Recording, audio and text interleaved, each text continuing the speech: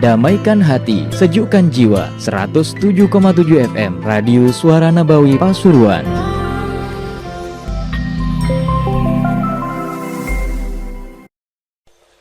فتح وتعليم وتعلم والإفادة والاستفادة والنفع والانتفاع إلى أرواح والدينا والديكم وأمواتنا وأمواتكم وأموات المسلمين خصوصا إلى روح الإمام النووي ثم إلى روح من عمر هذا المسجد وعبد الله فيه وحضر في أجل السعادة بدون النظر والشرم وبركاتهم وأسرارهم وأنوارهم وعلومهم ونفحاتهم في الدين والدنيا والآخرة وإلهة النبي. الفاتحة. بسم الله الرحمن الرحيم. اللهم صل على سيدنا محمد صراط الذين أنعمت عليهم غير المغضوب عليهم ولا الضالين.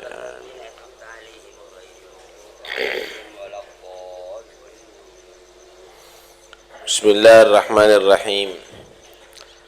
الحمد لله رب العالمين وبه نستعين على أمور الدنيا والدين والصلاة والسلام على أشرف الأنبياء والمرسلين سيدنا مولانا محمد وعلى آله وصحبه أجمعين.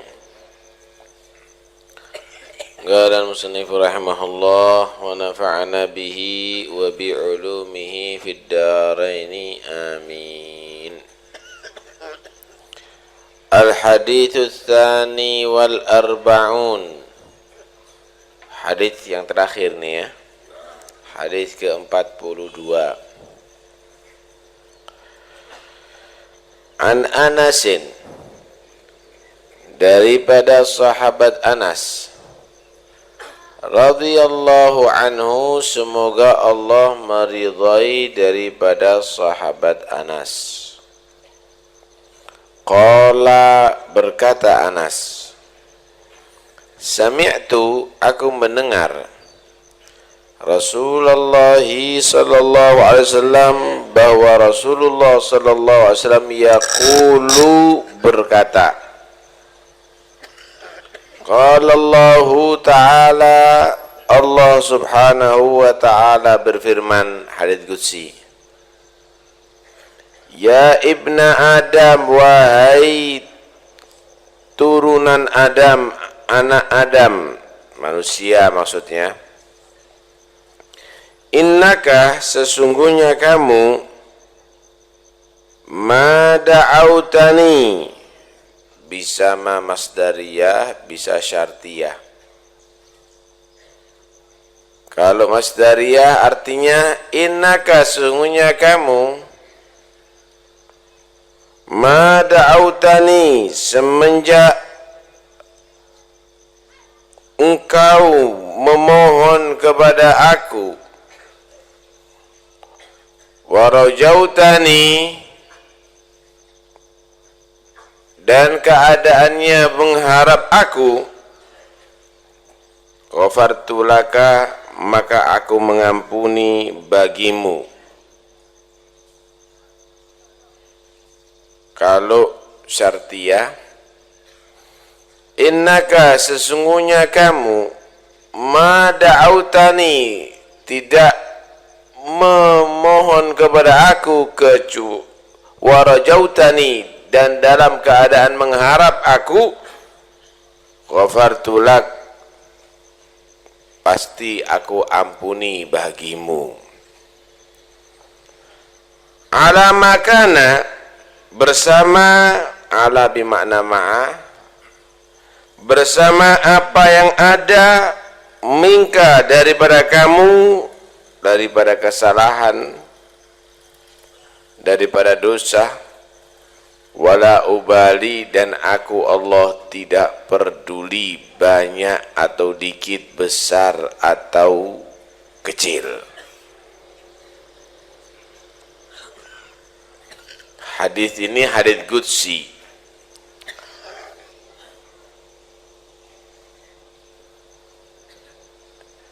Hadis qudsi itu termasuk firman Allah, tapi yang bukan Al-Quran. Ada perbedaan antara Al-Quran dan hadits qudsi ya. Kalau Al-Quran haram bagi orang junub atau perempuan yang haid untuk membacanya. Kalau hadits qudsi enggak apa-apa.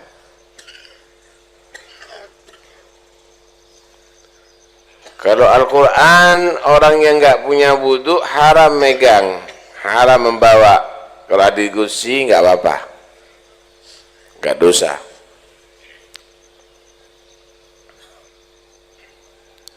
Kalau Al-Quran ada yang wajib dibaca di sholat, yaitu surat Al-Fatihah. Ada yang sunnah dibaca, itu surat setelah Al-Fatihah.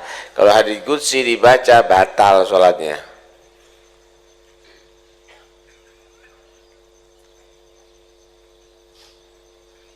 Kalau Al-Quran per huruf dapat pahala ya, walaupun nggak ngerti artinya.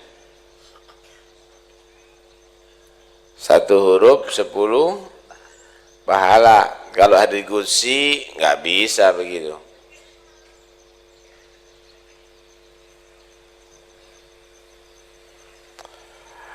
Kalau Al-Quran itu lafaz dan maknanya dari Allah. Kalau hadits qudsi maknanya dari Allah, lafadznya dari Nabi. Jadi Nabi menceritakan firman Allah. Kalau Quran enggak, Nabi menyampaikan dari Tuhan.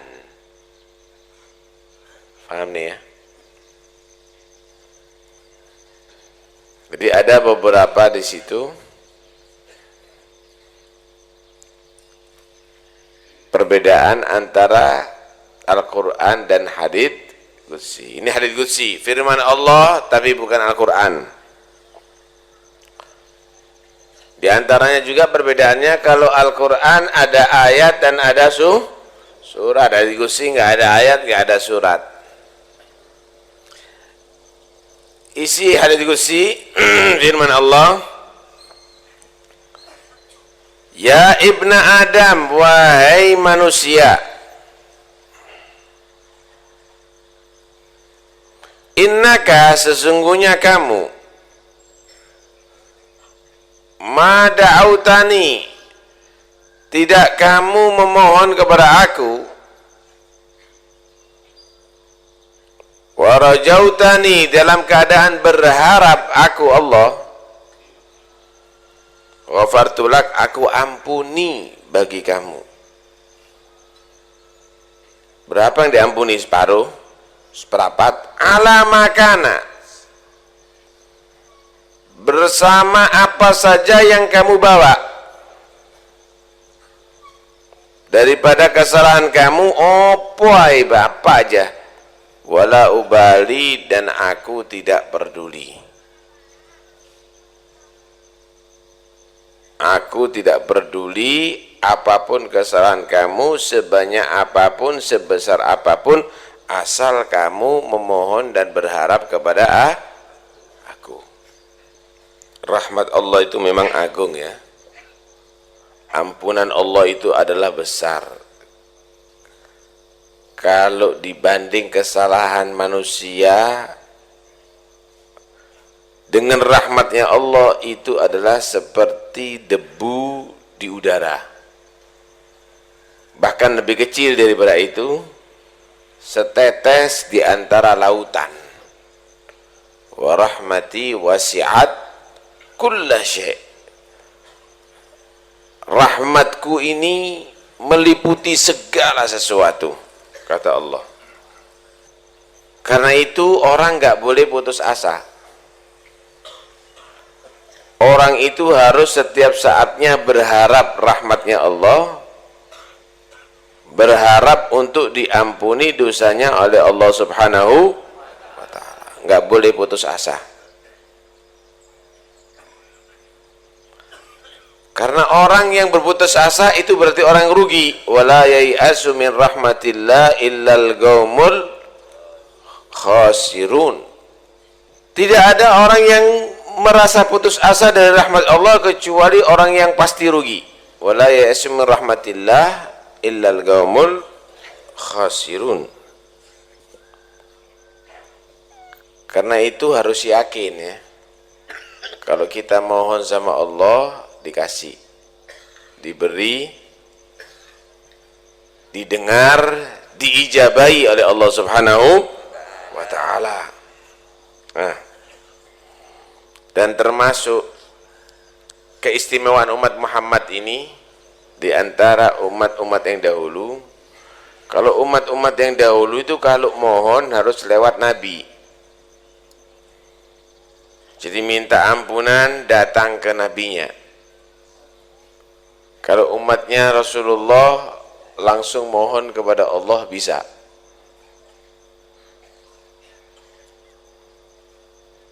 Ud'uni astajib lakum.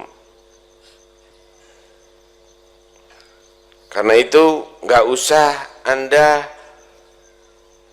bingung kalau sama Allah ini.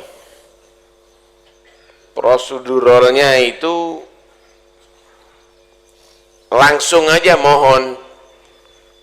Kalau sampean ke bupati nggak bisa langsung, harus lewat kepala desa ke camat kepada kabak, kepala bagian baru ke bupati.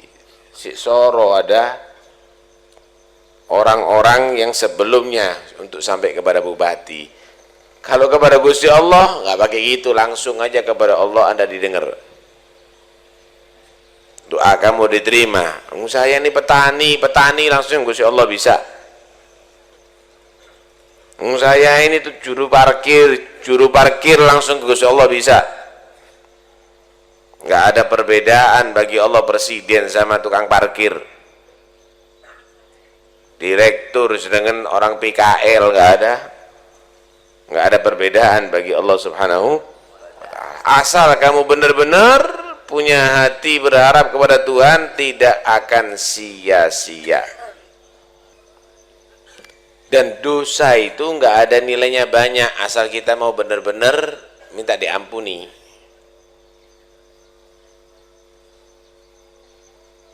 Pernah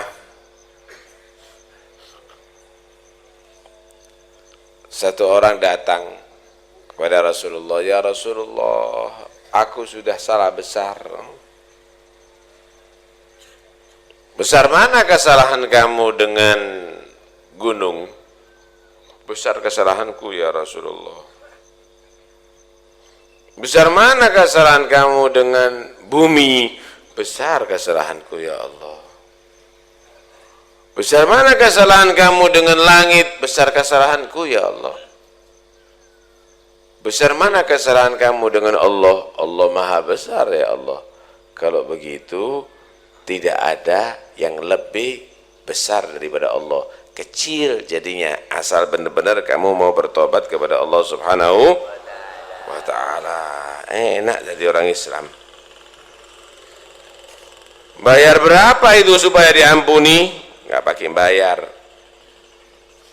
Asal kamu tadi itu benar-benar tobat kepada Allah, maka tidak ada yang disisakan dosa kamu oleh Allah Subhanahu wa ta'ala.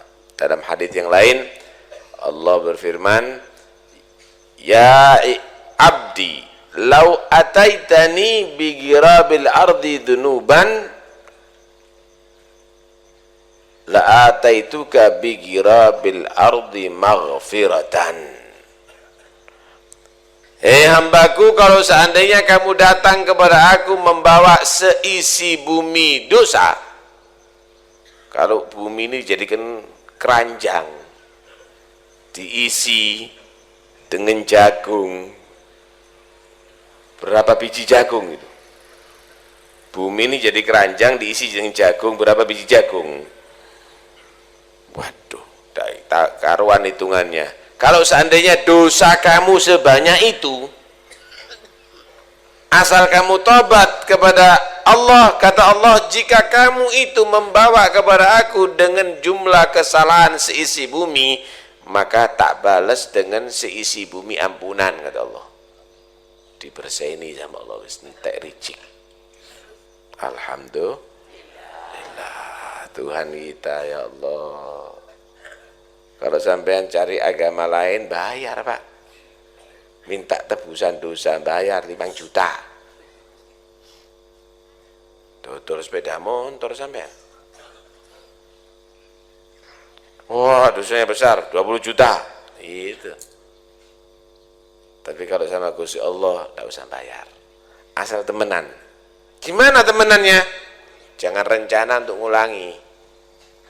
Astagfirullah, astagfirullah, mari ngono maning. Itu namanya enggak temenan.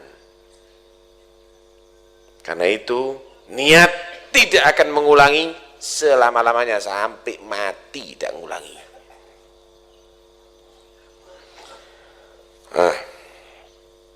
Timbul satu pertanyaan. Katanya sudah ditentukan sama Allah. Manusia itu sudah ditentukan.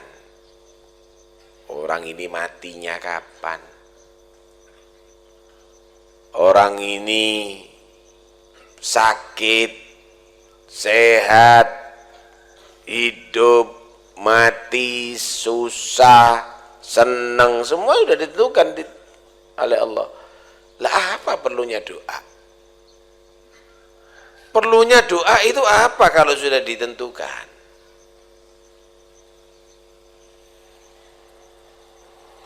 Doa itu Pak satu ibadah. Kita ini diperintahkan untuk ibadah.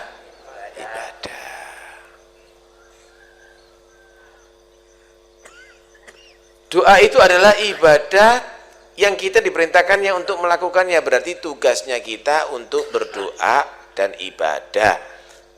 Bukan tugasnya kita itu adalah pasrah. Paham nih ya? Sampaian rizki sudah ditentukan oleh Allah. Tapi sampaian nanam padi. Sampaian masak nasi. Sampaian muluk nasi. Sampaian ngunyang nasi. Sampaian nelen nasi. Padahal rizki sudah ditentukan oleh Allah. Lah kalau ada orang nyatakan, rizkiku sudah ditentukan oleh Allah, gak atine mangan, warak dewi. Itu namanya orang bodoh. Orang mukmin yang berakal tidak mungkin akan berkata begitu.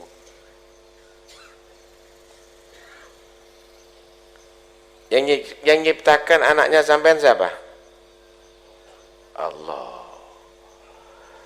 Sampean kepingin punya anak tapi tidak rapi. Oh, yang nyiptakan Gusti Allah. Saya punya anak itu sudah ditakdir sama Allah. Walaupun tidak kawin dua anak saya. Itu namanya bodoh. Paham ya? Tugasnya kamu adalah berusaha. Rapi ya kon. Dengan berharap mudah-mudahan dapat anak yang soleh. Metu anaknya. Tanaman sawahnya kamu, dirawat yang benar, panen hasilnya. Itu. Berobat kamu, berobat ke dokter dengan berharap kesembuhan, sehat badannya. Tapi bukan jaminan yang berobat pasti sehat. Tidak ada jaminan yang menanam sawah pasti panen. Tidak ada jaminan yang kawin pasti punya anak. Karena itu harus berharap semua terjadi sesuai dengan yang ditentukan oleh Allah. Kita juga begitu. Kita masuk surga sudah ditentukan. Kita diampuni dosanya juga sudah ditentukan. Tugasnya kita ndonga nyang Gusti Allah. Mohonlah kepada Allah, berharaplah kepada Allah. Sebagaimana orang yang kawin berharap punya anak, maka berharaplah kamu juga karena punya dosa untuk diampuni oleh Allah. Berharaplah kamu yang ingin masuk surga untuk dimasukkan surga oleh Allah. Ngono lho ceritane lek wong mikir. Jadi tugasnya kita ini lakonono wis sababe, nanti Allah yang menentukan hasilnya begitu. Kepingin saya jadi alim, tapi saya sudah ditentukan kok sama Allah jadi alim sama ndaknya, turut doa wis.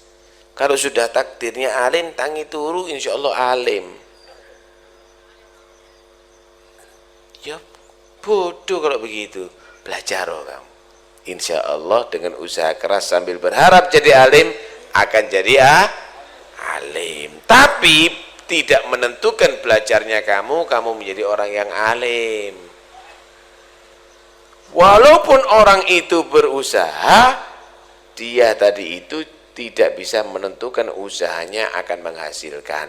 Karena itu berusaha sambil berharap.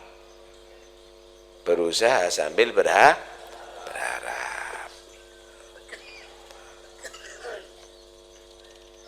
Dan takdir itu ada dua.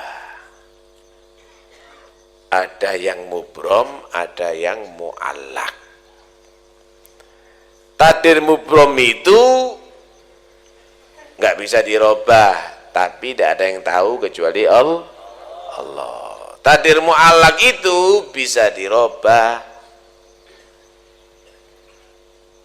Malaikat juga bisa tahu karena tertulis ada di Lauhil Mahfuz.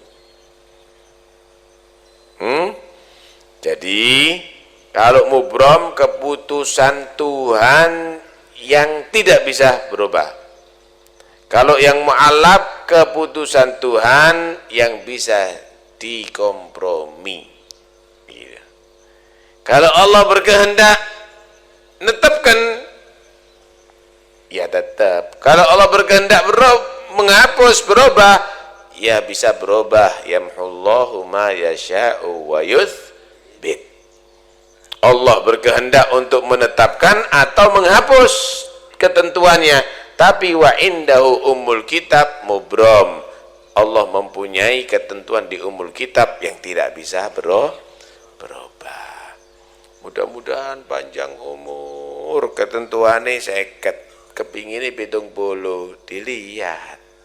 Kalau Allah berkehendak dalam takdir yang mu'allak, ya wis, orang ini manfaat kok sama umat, sering membantu, sering ngajar, dakwah, perhatian sama umat, banyak yang doakan dia panjang umur, ditambahi umuri. Paham nih ya? Nah, itu ketentuan Allah yang ada di mu'allaq. Mudah-mudahan rezekinya lancar. Oh Masya Allah, memang dia menanggung anak yatim banyak, menanggung saudara-saudaranya, nafkah saudaranya, manfaat. Semua berharap dia panjang umur karena banyak yang disumbang sama dia, yang asalnya takdirnya kata bangkrut, maka dirubah sama Allah, rizkinya ditambah oleh Allah Subhanahu wa ta'ala. Loh, itu bisa. Karena itu doa itu adalah dianjurkan. Paham ya? Doa itu dianjurkan baik untuk diri sendiri maupun yang lain. Orang harus tetap berharap. Dalam doanya berharap. Berharap apa? Berharap untuk diijabahi oleh Allah Subhanahu wa ta'ala. Begitu maksudnya. Baik.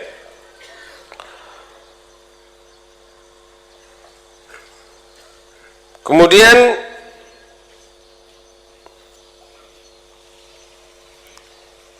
dalam kehidupan manusia harus dilengkapi dua hal.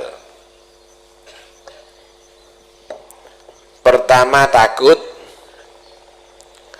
kedua berharap.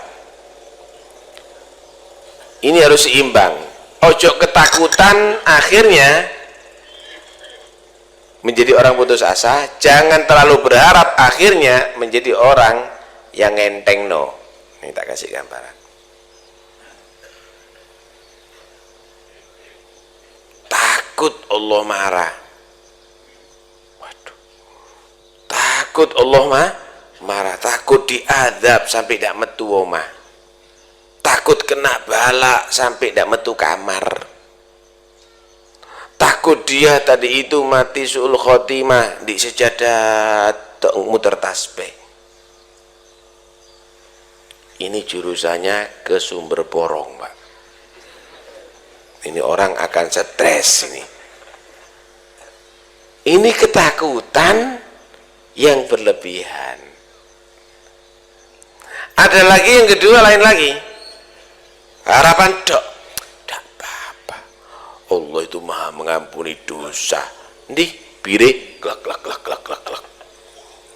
Tidak apa-apa. Rahmat Allah itu lebih besar kok daripada kesalahan kita. Joget terus sampai pelacur. Ini tidak benar juga ini. Terus gimana? Harus seimbang antara takut dan antara berharap dalam kehidupan dunia ini, harus seimbang. Nah, sekarang begini, tak kasih gambaran sampean. Kalau sampean ini sehat, sampean harus berhati-hati jangan sampai sakit, takut sakit. Tapi takut sakitnya jangan sampai menjadi was-was. Tetap kamu berharap kesehatan dari Allah Subhanahu wa taala. Delok di imik banyu.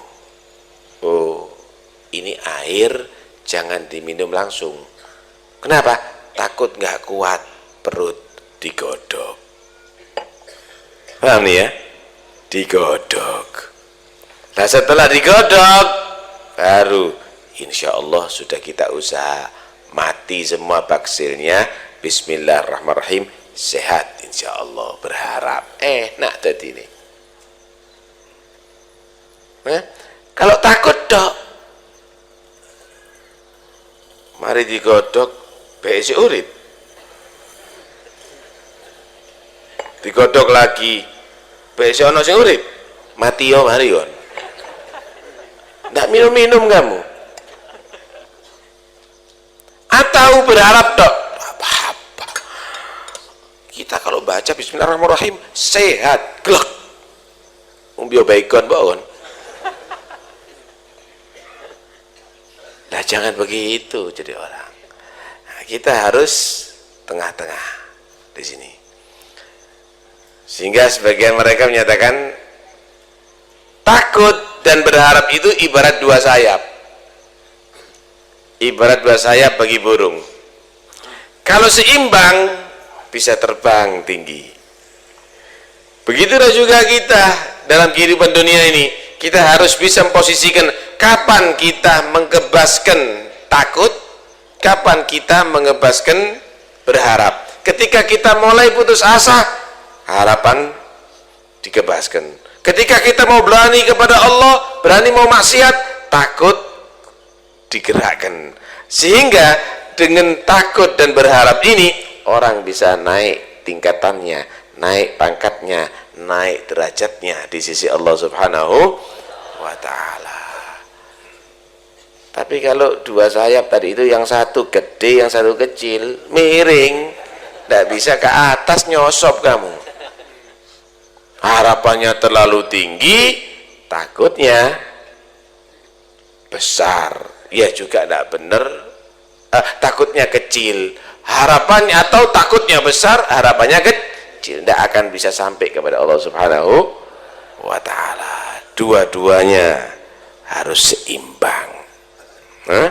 Dua-duanya harus seimbang. Kecuali, nah nih, orang kalau sudah mendekati mati, jangan takut, harus berharap. Orang kalau sudah sakit parah, wis kanker misalnya, wis sudah sakitnya parah, tidak usah takut. Saya yakin sakitnya saya ini untuk mengampuni dosa saya. Terhibur hatinya. Saya yakin dengan sakit ini saya diangkat derajat saya. Berharap terus. Saya yakin Allah itu rahmat sama saya. Insya Allah dengan sakitnya saya mati husnul khotimah. Saya mati bawa iman. Sehingga tegar dia tadi itu. Sama dengan anak kecil berharap dak apa wis sunatan mari ngono duwe akeh. Sehingga dia tidak merasakan, dia akan ringan sakitnya, dia tidak akan merasakan sakit diiris, sakit dijahit, sakit dengan lukanya, tapi dia harapannya duit ratusan ribu, duit jutaan rupiah. Begitulah orang mukmin ketika dia mendekati ajalnya, dia berharap surga, ampunan Allah, rahmat Allah, ya, kelembutan Allah, sehingga dia tadi itu tidak merasakan sakitnya sakaratil maut. Dia akhirnya menghempaskan ruhnya dalam keadaan husnul khatimah. Kalau sudah mau mati, ojo sampai kamu ragu-ragu lagi bahwa kamu insya Allah akan diterima semenjak kamu membawa Islam dan iman. Begitu. Tapi kalau dalam kehidupan dunia, harapan dan takut ini harus seimbang. Cuma harus lebih ditingkatkan sedikit takutnya.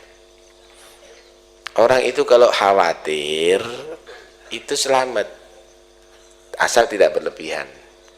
Nih, tak kasih contoh. Sampean bawa duit, khawatir hilang, dijogo terus duit. Insya Allah nggak kehilangan duit.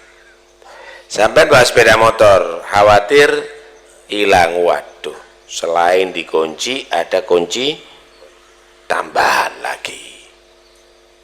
Insya Allah sepeda motornya aman.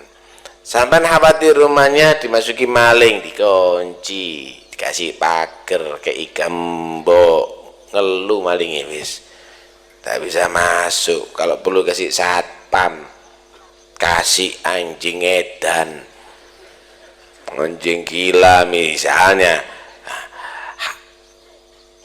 Khawatir tadi itu akan bisa menjaga iman kamu, juga demikian. Akhlaknya kamu, Islamnya kamu, setiap saatnya hendaknya kamu tingkatkan kekhawatiran kamu, jangan sampai kehilangan iman, jangan sampai kehilangan akhlak, jangan sampai kecuri ibadah kamu, kecuri sholat kamu, kecuri bacaan Qur'annya kamu. Akhirnya kamu betul-betul menjaga. Kenapa? Pencuri iman itu lihai, pencuri ibadah itu lihai, pencuri akhlak itu lihai. Siapa? Setan diantaranya, nafsu diantaranya, musuh-musuh Allah dan Rasul diantaranya. Nah, di sini kita harus bisa waspada setiap saatnya. Ojo sampai kehilangan iman, jangan sampai kehilangan iman. Kenapa? Kehilangan iman berarti kehilangan surga Allah. Jangan sampai kamu tadi itu kehilangan akhlak. Kenapa? Kehilangan akhlak berarti kamu akan hina dunia sampai akhirat. Jangan sampai kamu tadi itu kehilangan ibadah. Kenapa? Risikonya jika tidak dimaafkan oleh Allah, kamu masuk neraka Allah. Contoh, masuk waktu zuhur, waspada, jangan sampai sholat zuhurnya hilang, wudhu, pergi ke masjid, sholat berjamaah, aman. Enteng, dientengkan, nanti aja sudah. Masih main domino, masih jalan-jalan, nanti aja. Akhirnya kebawa sama nafsu, pengaruh sama setan, hilang sholatnya, kehilangan sholat. Kenapa? Tidak takut dia. tidak khawatir, tidak menjaga. Kekhawatiran itu dibutuhkan untuk menjaga agama kamu. Tingkatkan kekhawatiran, tapi jangan sampai terlalu berlebihan sehingga kamu menjadi orang yang putus asa kepada Allah. Imbangi juga dengan harapan. Paham ya? Sampean kalau mau buat kopi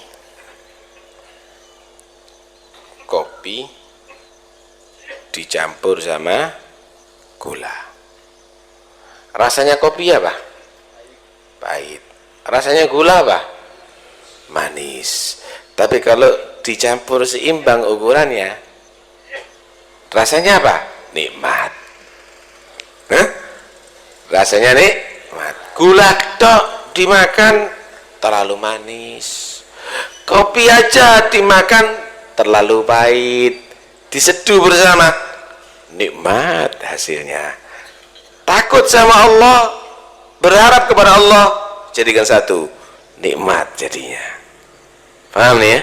Nah, semoga insyaallah kita menjadi hamba yang tidak pernah putus asa daripada rahmat Allah, selalu berharap rahmat Allah, dan juga tidak sampai menjadi hamba yang berani kepada Tuhannya yang akhirnya melanggar ajarannya. Amin Allahumma amin.